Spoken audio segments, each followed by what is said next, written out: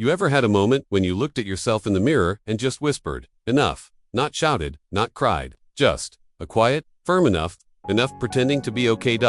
Enough accepting less than you deserve. Enough letting people slip past your boundaries like they never existed. There comes a time in every person's life when they hit that moment when silence is no longer peaceful, it's painful. When smiling through disrespect starts to feel like betrayal. Not betrayal from others, but betrayal of yourself. And maybe today is that moment for you. Let's get this straight. You were not born to shrink, to tolerate, to keep the peace at the cost of your soul. You were born to stand tall, to live truthfully, and to love deeply, but with wisdom, not wounds. You don't exist to be someone's emotional doormat. You don't have to keep swallowing your pain just to keep others comfortable. That version of you, the one who tolerated it all just to be accepted, that version is not your final form. It's time to awaken your self-worth, and it starts by recognizing there are behaviors that are never, ever okay to tolerate. Let's talk about them. Disrespect. Even in its smallest form, disrespect doesn't always scream. Sometimes it sighs. It rolls its eyes. It talks over you in meetings. It forgets your birthday. It makes jokes that hit a little too hard. And you're told, don't be so sensitive. But let me tell you something, your sensitivity is not the problem. Their disregard is. You don't have to wait until it turns into shouting to label it as wrong. Sometimes the quietest forms of disrespect do the deepest damage. Silence in the face of pain is not strength. We have been taught that silence is noble, that being the bigger person means staying quiet. But sometimes, silence is not strength. It's surrender. It's slowly erasing yourself. And here's the hard truth. When you stay silent about the pain, you're not avoiding conflict. You're giving permission for it to continue. But what you allow continues. The first time someone crosses a line and you say nothing, you're setting a precedent. You're writing the manual on how you expect to be treated. Boundaries aren't walls, they're doors. They don't shut people out, they show people where they're allowed to enter. If you don't set them, people will keep walking, all over sacred ground, in muddy boots. Love doesn't test your limits. Let's be real. People who love you don't push you to see when you'll finally break. They don't dish out disrespect and call it teasing. They don't use your forgiveness as a pass to repeat the same behavior. True love, whether it's from a partner, friend, or family, protects you, uplifts you, respects you. Your intuition is your compass, that tightness in your chest, that pause in your spirit when someone says something off. That's not paranoia. That's your soul speaking up. Stop gaslighting yourself. Stop talking yourself out of what you know is true, just because it's uncomfortable. You don't owe anyone the benefit of the doubt when your gut is screaming at youts. Not just one time. A single drop of water doesn't drown a plant, but drip by drip, day after day, it'll rot the roots. One insult, one broken promise, one boundary crossed. Alone, they may seem small, but over time, they pile up. They wear you down. They chip at your confidence. They convince you to settle. The danger isn't in one moment, it's in the accumulation. So ask yourself, where have I allowed too much? When did I start calling survival love? Why am I still making room for people who bring me pain? If these questions feel uncomfortable, good. That means you're waking up. Waking up to the truth that you deserve better. Not because you're perfect, but because you are worthy. Period. And let me be clear, you can be kind and still say no. You can be loving and still walk away. You can be peaceful and still speak up. You don't have to choose between being a good person and being respected. Let me leave you with this. You set the tone for how others treat you, not with your silence, not with your suffering, but with your standards. So draw the line. Not out of anger, but out of love. Love for yourself, and love for the future version of you that refuses to live in a world where disrespect is normal. Because once you make the decision to never again tolerate what breaks your spirit, that's when your real life begins. Have you ever loved someone so much that you started losing pieces of yourself just to keep them happy? Maybe it started out beautiful, sweet, safe. They said all the right things. They made you feel seen, needed, even special. But somewhere along the way, the warmth turned into wait. And now, you're exhausted, confused, and questioning everything. Let's be real. Not everything that looks like love is love. Sometimes, it's manipulation wearing a smile. Manipulation doesn't always show up as control. Sometimes, it looks like care. They ask where you are.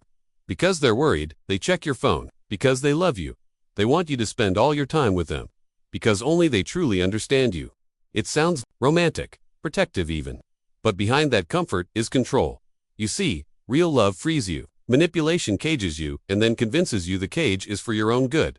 Let's talk about gaslighting, because this is one of the most dangerous weapons manipulators use. Gaslighting doesn't start with shouting. It starts with a chuckle when you express your feelings. A sideways comment like, "You're imagining things," or "You're being too sensitive." Suddenly, you're not just feeling hurt. Now you're feeling guilty for feeling it all. Over time, you begin to doubt your memory. your emotions, your judgment. You start to second-guess the very instincts that once protected you. You ask yourself, was it really that bad? Let me tell you something. If you're constantly questioning your reality around someone, it's not love. It's psychological warfare. Manipulators are master storytellers. And guess who plays the villain in their story? You. They'll twist every situation until you're apologizing for setting boundaries. They'll cry when you need space. Suddenly, you're cold, selfish, or abandoning them. And you shrink. You stop asking for what you need, because you're scared of being painted as the bad guy. You start giving more than you have, just to keep the peace. But here's the truth. Real peace doesn't cost your sanity. Let's go deeper. One of the most dangerous things manipulators do is isolate you, not physically, but emotionally. At first, it sounds flattering. Your friends don't really get you. Your family doesn't understand. Only I truly see you. It sounds intimate, but it's not connection, it's confinement. Because the fewer outside voices you hear, the louder theirs becomes. Soon, you stop calling your best friend. You cancel that family dinner. You feel guilty for wanting space, and now, when they hurt you, there's no one left to remind you it's not okay. That's not love, that's strategy. So let me ask you, have you ever felt the need to explain your own emotions? Over and over again, have you found yourself apologizing for being too much, when really, you were just being honest? Have you started hiding your needs, just to avoid an argument? If you said yes to any of these, you might not be in a relationship. You might be in a trap. Here's the truth they don't want you to hear. Love is not supposed to confuse you. Love is not supposed to exhaust you. Love is not supposed to make you feel small. If someone makes you feel like your value depends on how much of yourself you sacrifice, that's not love. That's manipulation. And it's time we stop calling pain passion. Now, I know what some of you might be thinking, but they've had a rough past, they're just afraid to lose me. They didn't mean it like that. Listen, you can have compassion without accepting harm. You are not responsible for healing someone who keeps hurting you. You are not obligated to shrink just to keep them from exploding. And love is not proven by how much pain you can tolerate. So what does healthy love look like? It looks like freedom. It looks like honesty. It looks like two people who support each other without control, guilt, or fear.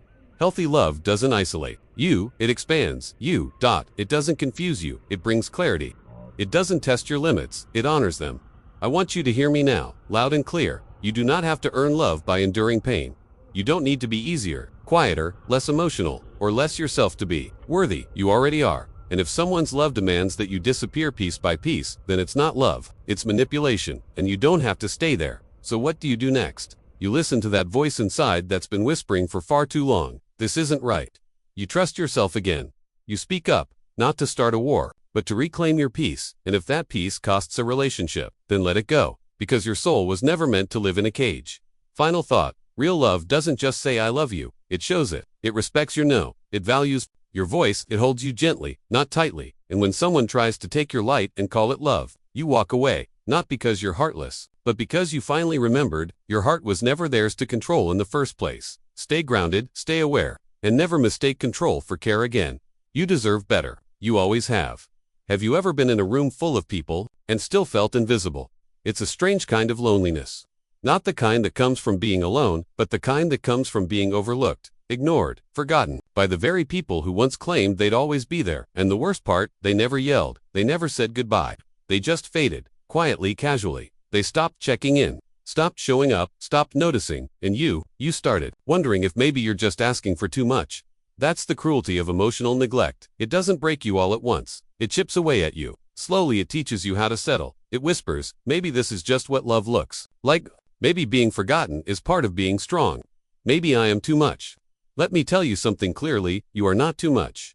You are not a burden. You are not made to be remembered only when it's convenient. Love, real love, doesn't go missing in action. It doesn't only show up when it's easy, when it needs something, when it feels guilty. Love is presence, it's intention. It's choosing someone, not once, but again and again, even in the mundane. Not in grand gestures once a year. It's in the daily decision to care, to reach out, to see someone even when life gets busy.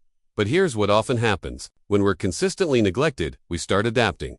We lower the bar so much that breadcrumbs feel like feasts. A late text response feels like effort. A quick call once a month feels like love. A random just checking in after weeks of silence feels like a lifeline. And the sad part is, we start celebrating that. Because we've been taught to accept less, to confuse silence with peace, absence with independence, neglect with maturity. But let me ask you, when did survival become your standard for connection? You were not made to love from the sidelines. You were not built to be someone's plan B. You are not a backup singer. In someone else's story, you are the main character in your own. In any relationship, romantic, platonic, or familial, that makes you feel like you're only valuable when it's convenient. That's not love. That's a transaction, and you deserve more than that. Let me give you an image. Imagine someone standing in front of a fireplace. They want warmth, but instead of building the fire together, they wait until you light it. You gather the wood, you strike the match, you feed the flames, and they just show up for the heat. Eventually, you're burned out, and they're still asking for more. That's what consistent neglect does. It expects everything from you while offering the bare minimum in return. So what do? You pause, you reflect, and you ask, am I loving people who don't even look for me in the crowd? Am I holding on to connections where I do all the holding? And if the answer is yes, it's time to realign. Because holding on to people who are no longer present is a form of self-abandonment. It's telling yourself, I'll keep showing up for them even if they've stopped showing up for me. That's not loyalty. That's self-neglect. Now I know, letting go isn't easy.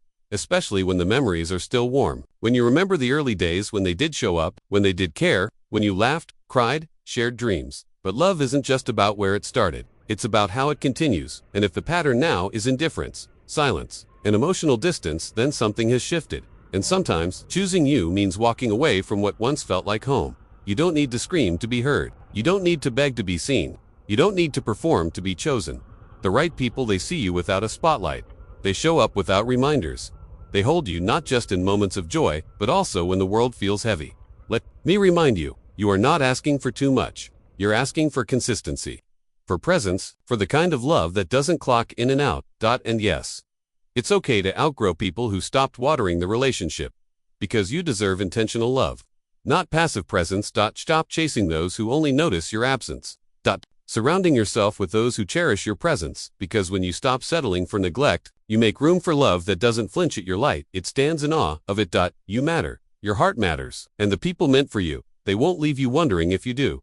Have you ever shared good news with someone, and instead of celebrating, their smile didn't quite reach their eyes? They nodded. They said, that's great, but something in their tone, something in their energy, felt off. You brush it off, thinking maybe you imagined it, but deep down, a quiet voice whispers, they weren't happy for you. And that's a hard truth to swallow, especially when it's coming from someone you've called a friend. Let's talk about something we don't talk about enough: jealousy in friendship. Not the loud, obvious kind, but the subtle, silent kind, the kind that hides behind polite smiles, passive-aggressive comments, and jokes that cut just a little too deep, the kind that pretends to cheer for you, while secretly hoping you stay one step behind. This kind of jealousy doesn't slam doors. It sits across from you at lunch and listens to your wins, then goes silent. It gives you backhanded compliments like, must be nice. Or, some of us are still figuring it out. It's not always what they say, it's what they don't say. They don't ask questions, they don't share your joy, they don't rise with you. And you start to wonder, is it me? Am I being too sensitive? No, you're not. You're just beginning to notice what your heart already knew. Real friendship doesn't compete. Real friends don't flinch when you shine. They don't keep score. They don't compare timelines, salaries, relationships, or followers. They don't need you to be small so they can feel big. Because love, in any form, is never threatened by your light. But when jealousy wears the mask of friendship, it gets tricky. You look at this person and remember the late-night talks, the laughter, the loyalty. You want to believe they still have your back. But time has a way of revealing what intention hides. Sometimes, the people who rooted for you at your lowest can't handle you at your highest. Not because you've done anything wrong, but because your growth reminds them of what they've avoided. Let's break it down. These people often go silent when you succeed, redirect the conversation back to themselves, joke about your life in ways that don't feel so funny, minimize your dreams, or make you feel like you're bragging just for sharing good news. And over time, you start to shrink, you downplay your achievements, you hesitate before sharing exciting news. You dim your own light so they won't feel insecure. But let me ask you this. How many times are you going to dim your joy to protect someone else's comfort? You don't owe anyone your silence just because they can't handle your success. You don't have to apologize for becoming who you were meant to be. Because here's the truth. Your glow is not the problem. Their insecurity is, and if someone truly loves you, your success won't scare them. It'll inspire them. It'll challenge them not to compete, but to grow alongside you. Here's a perspective shift. Your rising isn't a threat. It's an invitation for those around you to step into their own power. The friends who belong in your life won't flinch when you evolve. They'll meet you there, maybe not perfectly, maybe not immediately, but with intention. They'll say, I'm proud of you, I see how far you've come, and I'm cheering for you, not just behind your back, but beside you. Get it? It hurts to realize someone close to you might not have your best at heart. It hurts to feel that shift, to lose someone emotionally, even if they're still physically there. But holding on to one-sided friendships out of loyalty to the past is not strength. That's survival mode. And you're not here to survive friendship, you're here to thrive in it. Let me be clear, you don't need a large circle. You need an aligned 1-1 that celebrates your wins, challenges your growth, and holds you in the hard moments. One that doesn't resent your becoming, but reveres it, because the people who are meant for you will never be threatened by your light, they'll help you shine brighter. If someone only loved the version of you that was lost, small, or needing their approval, they never loved you, they loved your dependency. And if they can't rise with you, it's okay to let them fall away, because your journey isn't meant to be slowed down for people who refuse to move forward. Keep glowing, keep growing, and trust that the real ones, the true ones, will never feel smaller in your light. They'll feel lit up by it. You don't need quiet resentment. You don't need half support. You need loud love, real love, unapologetic love, and you deserve every bit of it. Let me ask you something real. Have you ever felt like your kindness was being mistaken for weakness? Like no matter how much you give, it's never enough. Like you're always the one people call when they need something, but the moment you need them, silence. Yeah, I've been there too. Let's talk about it, because there's a difference between being kind and being used. The world loves kind people, but it doesn't always honor them. People see your soft heart, your patience, your willingness to help, and they assume you'll never say no. They treat your compassion like a service, something they can call on whenever it's convenient, and forget the moment they're done. And the saddest part, we often let them, because we think being a good person means always being available, always saying yes, always giving, even when we're empty. But here's the truth. Kindness does not require self-destruction. Being kind doesn't mean saying yes to everyone, ignoring your own needs, absorbing everyone else's pain until you have none of your own space left. That's not kindness. That's self-abandonment dressed up as virtue. You can be kind and still have boundaries. You can be loving and still say no. You can care deeply without being everyone's emotional dumping ground. Let me tell you what kindness really is. Kindness is strength. Kindness is empathy with clarity. Kindness is saying, I will help where I can, but not at the cost of myself. Your kindness is a gift, not a guarantee. It is not an unlimited resource, and you don't owe it to everyone who shows up at your door with an open hand and a closed heart. But here's the catch. People who benefit from your kindness without giving anything back. They'll call you cold the moment you create a boundary. They'll say, you've changed. They'll guilt trip you with, I thought you were better than this. They'll twist your no into selfishness. But don't fall for it. You didn't change. You just stopped making yourself available to people who only see you as useful, not valuable. I want you to really sit with this. Being kind doesn't mean letting people walk all over you. It means knowing your worth and still choosing to love. It means understanding that love without limits is not noble. It's exhausting, and the moment you start protecting your energy, your time, your peace, you reclaim the power that was never meant to be handed out so freely. Here's a simple exercise. Think of the 3 people in your life who constantly lean on you, but rarely check in on you. What would happen if you stopped initiating? If you stopped fixing things? If you stopped overgiving? Would the relationship survive? If the answer is no, it was never mutual to begin with. The people who love you for you, not for what you provide, won't flinch when you draw the line. They'll respect it, they'll adjust. They'll meet you in the middle, because real love, real connection, is built on mutual giving, not silent taking. So here's what I want to remind you of today. You can have the kindest heart in the room and still protect it fiercely. You can be the light and still know when to step out of the storm. You can be generous without being drained. Your kindness isn't meant to prove anything. It's not a test of how much pain you can carry. It's meant to build something. And if it's not building you, it's time to reassess who's getting access to it. The people who truly see your heart. They won't treat it like a free subscription. They'll cherish it. They'll honor it. They'll give back. And if someone doesn't, you don't need to explain your boundary. You don't need to defend your peace. You just need to protect your kindness like the treasure it is. Because it is. Thank you for listening, for caring, and most importantly, for choosing to value your own heart. Being kind is beautiful, but being kind with boundaries, that's powerful, and that's who you are. Let me leave you with something real today. You were not born to explain your worth. 2 people committed to misunderstanding it. You were not put on this earth to constantly justify your heart, your kindness, your boundaries, or your value to anyone who refuses to see it. At some point, you have to stop performing, stop over-explaining, stop shrinking, and start choosing yourself. Because here's the hard truth. Not everyone will understand you. Not everyone will love you well. Not everyone will appreciate what you bring to the table, even if it's everything they asked for. But that doesn't mean you stop showing up. That doesn't mean you start dimming your light just to fit into a room that was never meant to hold your brightness. Real love, isn't just about how someone talks to you. It's about how they show up for you. Kindness isn't just about saying I care. It's about choosing you when it's inconvenient, when you're hard to love, when you're not at your best and still showing up. So let's get one thing clear. Your value does not live in someone else's recognition of it. You're valuable because you are, not because someone validates it, not because someone applauds it. Choosing yourself doesn't mean you stop caring. It means you stop neglecting yourself. It means you stop giving second chances to people who didn't even treat the first one with respect. It means you stop mistaking struggle for love, silence for peace, and absence for independence. It means you protect your energy like it's sacred. Because it is. You don't have to be cruel to be clear. You don't have to build walls to build boundaries. You don't have to stop being soft, but you do have to stop being silent. Because kindness without courage becomes exhaustion. Love without limits becomes self-destruction. And loyalty to the wrong people becomes betrayal. Not of them, but of you. I know it's hard. It's hard to walk away from something familiar, even when it's breaking you.